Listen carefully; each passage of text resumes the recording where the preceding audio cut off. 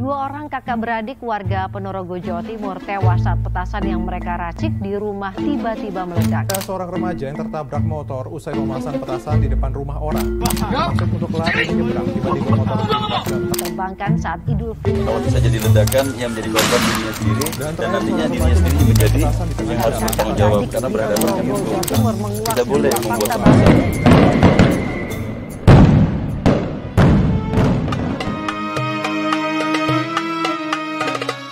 Petasan, saudara dari kembang api ini masih tetap populer di Indonesia. Euforianya berulang setiap memasuki bulan Ramadan. Karena petasan jugalah nuansa Ramadan di Indonesia menjadi khas, atau berbeda dari negara lain yang masyarakatnya juga merayakan Ramadan. Kalau menelusuri sejarah petasan, konon petasan ditemukan pada abad ke-9 oleh seorang juru masak. Seorang juru masak dari Tiongkok tidak sengaja mencampur beberapa bahan dapur yang ternyata mudah terbakar. Dan jika dimasukkan ke dalam batang bambu, maka bisa menghasilkan ledakan. Suara ledakan kecil yang dihasilkan tersebut kemudian berkembang di masyarakat menjadi kepercayaan sebagai pengusir roh jahat. Oleh sebab itulah, petasan kemudian dipakai dalam perayaan pernikahan, kemenangan perang, peristiwa gerhana bulan, dan upacara-upacara keagamaan. Petasan kemudian dibawa oleh orang-orang Tiongkok ke seluruh dunia, termasuk Indonesia, atau yang saat itu masih Hindia Belanda. Masyarakat Betawi kemudian mengadopsi petasan untuk menambah kemeriahan acara pernikahan. Selanjutnya, tanpa membawa filosofi petasan dari tempat asalnya, petasan menyebar ke seluruh kawasan Indonesia dan akhirnya menjadi khas dengan bulan Ramadan. Meskipun petasan hanya memiliki daya ledak yang kecil, namun tidak sedikit kasus petasan yang menyebabkan jatuhnya korban. Hal tersebut yang membuat petasan kemudian dilarang oleh pemerintah. Iya, walaupun masih sangat mudah kita jumpai di mana-mana, namun sebenarnya petasan telah dilarang peredarannya oleh pemerintah. Berbeda dengan kembang api yang masih memiliki izin, petasan dilarang peredarannya dengan adanya Undang-Undang Darurat Nomor 12 Tahun 1951. Menyoal undang-undang tersebut, kami penasaran dengan pendapat masyarakat. Apakah larangan petasan adalah hal bijak dan menguntungkan bagi semua pihak? Kami menggali sudut pandang dari beberapa pihak, salah satunya Pak Wisnu, yang setiap harinya berjualan petasan dan kembang api sejak tahun 1975. Kami menemui beliau di warungnya di kawasan Kusumanegara. Antara petasan dan kembang api itu sebenarnya beda. Yang dikatakan petasan itu adalah sesuatu yang langsung bunyi dor. Kalau kembang api itu sesuatu yang juga ada dor, tapi ada api lain. Ya, api lain itu mengikuti bunyi dor.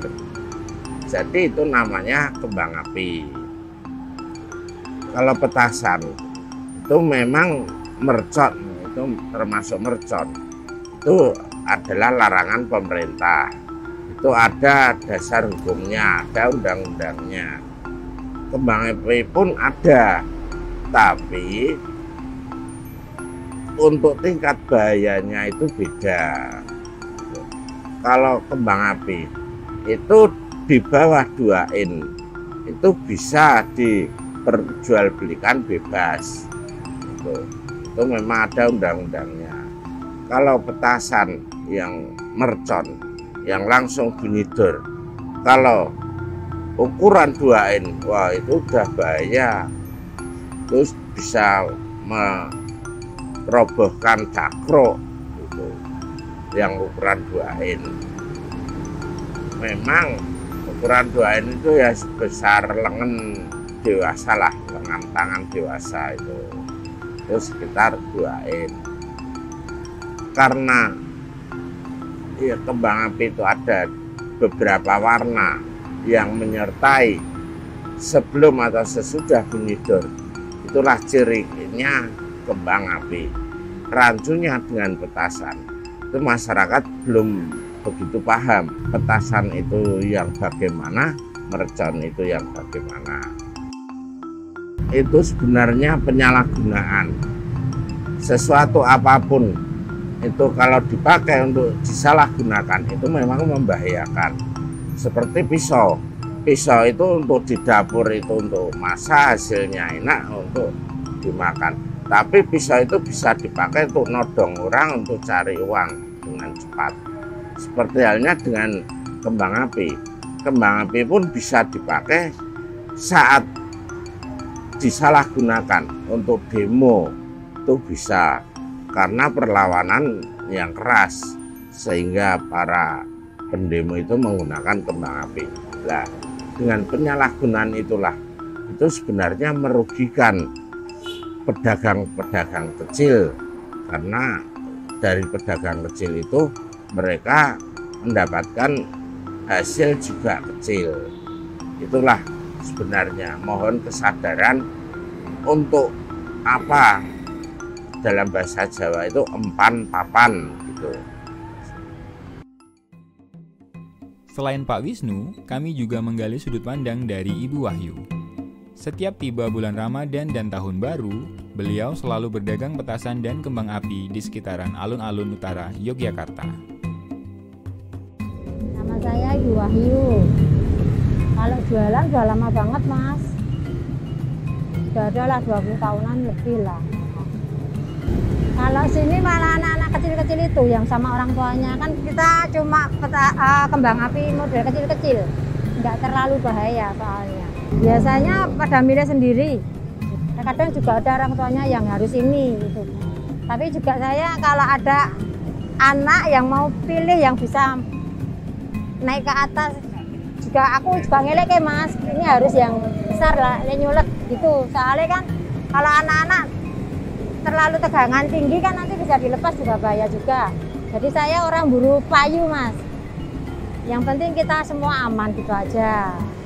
Kalau punya saya kayaknya nggak terlalu bahaya gitu. Memang kalau ada yang bikin petasan-petasan yang pakai gede-gede itu memang tak kira bahaya juga. Tapi nah ini mudah-mudahan enggak sih. Itu tergantung oknumnya aja. Mau bikin dibuat apa. Kayak gini kan cuma buat rame-rame aja, buat permainan. Kalau itu kan sudah disalahgunakan ya. Setelah menggali sudut pandang dari pelaku usaha, kami mewawancarai Bapak Yeri Irawan, seorang dosen sejarah Universitas Sanata Dharma, Yogyakarta. Kami mewawancarai beliau untuk meninjau lebih lanjut mengenai fenomena petasan dari kacamata budaya. Itu saya rasa lebih ke pengendalian bagaimana supaya tidak eksesif, tidak berlebihan, karena kita tahu ada beberapa kasus petasan itu memakan korban. Itu beberapa jenis petasan itu kan dibuat rumahan dan daya ledaknya itu ternyata tidak terkontrol gitu, jadi ledakannya terlalu besar itu dan ya akhirnya harus dilarang.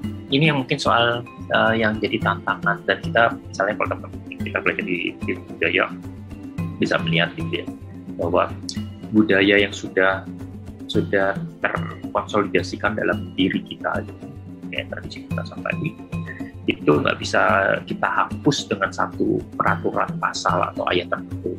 Ya tetap ada dorongan yang kita ingin menyalakan petasan. Nah, tapi kalau misalnya dari sudut hukum, dari sudut keamanan, itu kan seakan-akan kalau sudah ada undang-undang maka selesailah persoalan. Dalam budaya kita bisa nggak sematematis itu relasinya. Nah, jadi persoalannya bukan membuat peraturan yang melarang petasan, bukan hanya itu gitu ya, tapi juga mengintervensi budayanya. Dan ini bukan satu hal yang mudah gitu. Bagaimana mengintervensi atau merekayasa budaya petasan itu untuk tidak destruktif misalnya. Begitulah petasan. Dengan segala bahayanya, sepertinya tetap akan sulit dipisahkan dari masyarakat. Dan dengan efek kemeriahannya, tetap harus diwaspadai. Seperti banyak benda kontroversial lainnya, petasan memang harus dipandang dari segi kegunaannya. Apabila digunakan secara sadar atau tepat, petasan adalah salah satu ciri khas budaya yang boleh diteruskan puluhan atau bahkan ratusan tahun mendatang. Namun, juga tetap harus diingat, penggunaan petasan dan kembang api secara sembarangan akan menimbulkan kerugian yang tidak sepele bagi banyak pihak. Ingat, bagi banyak pihak. Jadi kesimpulannya adalah, Bukan petasannya, tapi perilakunya.